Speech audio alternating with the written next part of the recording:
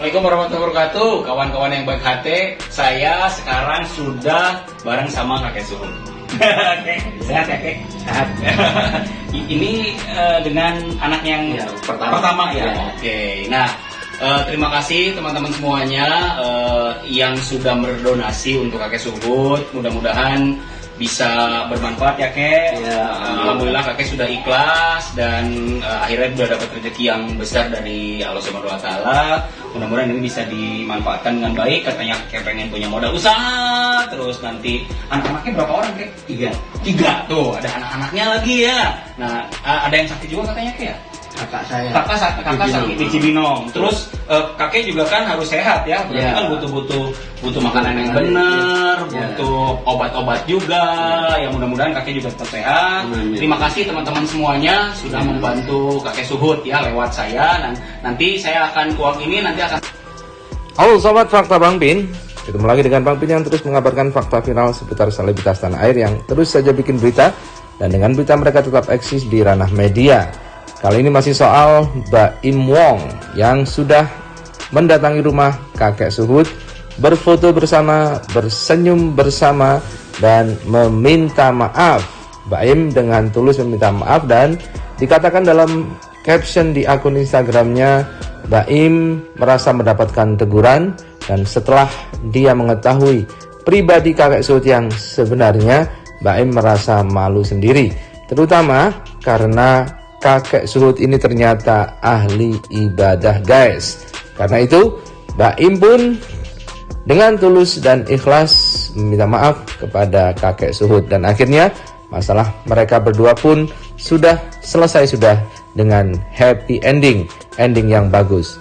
Hal ini membuat para teman-teman artis dari Baim Wong mengucapkan selamat, turut bergembira karena bagaimanapun mereka adalah sahabat-sahabat dari Baim Wong yang jika Baim Wong mengalami masalah pasti mereka juga akan sedih. Nah, siapakah deretan artis yang memberi atau mengucapkan selamat kepada Baim Wong ini? Yuk kita simak ulasannya di Fakta Bang Bin kali ini. Like, subscribe, and komennya ditunggu. Serta jangan lupa selalu ada doa dalam setiap lentikan jarimu.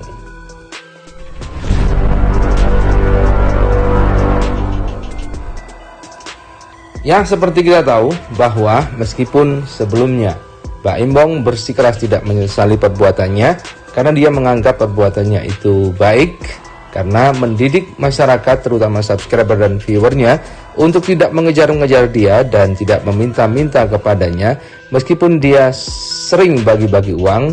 Namun akhirnya Baim Wong menyesali perbuatannya dan menganggap hal ini sebagai teguran dari Tuhan. Maka Baim Wong pun mendatangi rumah kakek Suhud yang sempat dimarahinya beberapa waktu lalu, dimasukkannya sebagai konten atas inisiasi dari Gerak Berbagi, tim relawan Gerak Berbagi yang menemukan alamat rumah kakek Suhud.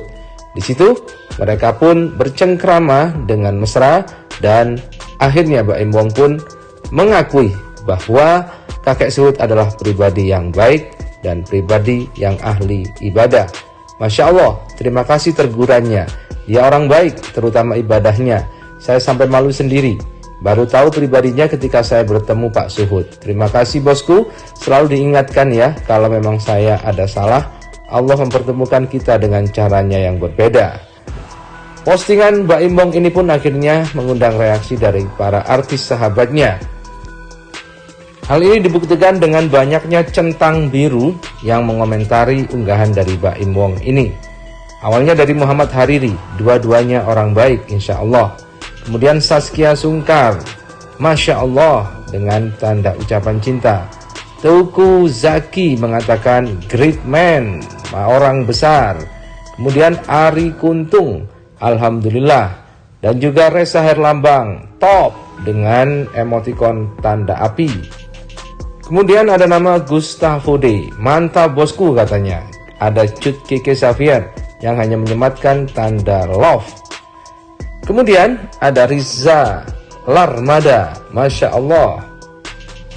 Kemudian juga Eli Sugigi yang sempat juga membantu Baim Wong saat berkonflik dengan Nikita Mirzani. Dia bilang amin ya Allah.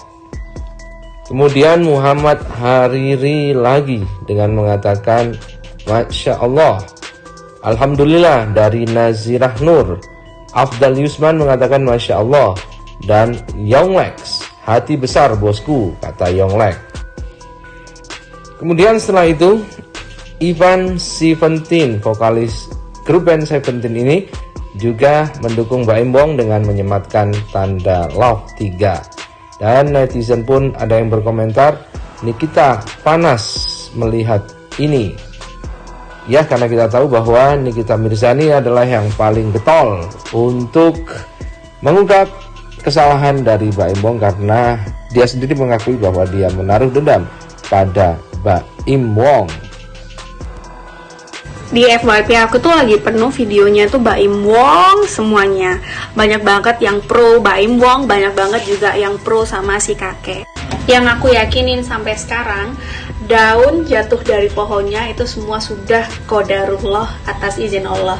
Jadi hal ini terjadi sebenarnya yang menggerakkan hati dan lisan Baim Wong untuk berkata seperti itu, dan juga si kakek untuk berbuat seperti itu juga atas kuasa Allah. Kalau menurutku Allah tuh pengen kita belajar dari kisah ini gitu. Sadar nggak sih kalau misalkan kita itu biasanya empati atau rasa ingin memberi itu juga datangnya dari Allah. Allah yang menggerakkan hati kita. Dan empati itu nggak bisa dipaksa loh teman-teman. Kamu nggak bisa datang untuk meminta orang empati sama kamu.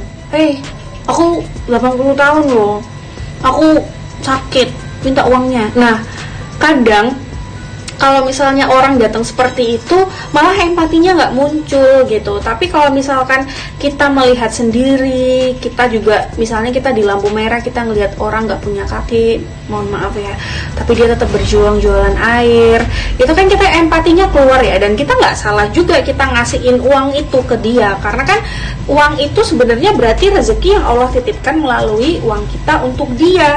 Dan yang menggerakkan hati kita seperti tadi, kalau daun jatuh dari pohonnya atas izin Allah, berarti hati kita tergerak untuk ngasih uang itu ke dia juga atas izin Allah kan. Kalau misalkan kamu minta sama seseorang terus dikasih, berarti itu Allah yang ngasih, Allah yang menggerakkan hati orang itu untuk ngasih kamu. Tapi kalau kamu minta ke seseorang tapi orang itu nggak ngasih, berarti Allah ingin ngasih kamu pesan bahwa yang kamu lakukan ini nggak benar, atau Allah menyiapkan yang lebih baik dari kamu, bukan dari orang ini. Jadi ini di luar dari etiket atau cara menolak atau cara meminta, tapi yang paling penting adalah ingat, kadang kita pernah pengen sesuatu tapi Allah nggak kasih, berarti kan Allah menyiapkan yang lebih baik. Kita harus muhasabah, kita harus pikir, kenapa ya Allah nggak kasih lewat Baim Wong? Kenapa gue minta duit Baim Wong nggak kasih, tapi yang lain nggak minta Baim Wong langsung kasih? Itu juga Allah yang menggetarkan hatinya dia untuk melakukan itu. Dan kita nggak punya kuasa untuk menjudge hati seseorang, karena hati seseorang yang tahu hanya yang atas. Sebagai perantaranya Allah untuk memberikan rezeki yang sudah dititipkan melalui kita, ya semua itu yang menggerakkan hati Allah. Kadang juga kita ngelihat orang nggak empati, berarti Allah bilang, oh ini bukan buat dia Fani, ini buat orang lain. Oh ini jatahnya ini, bukan jatah orang.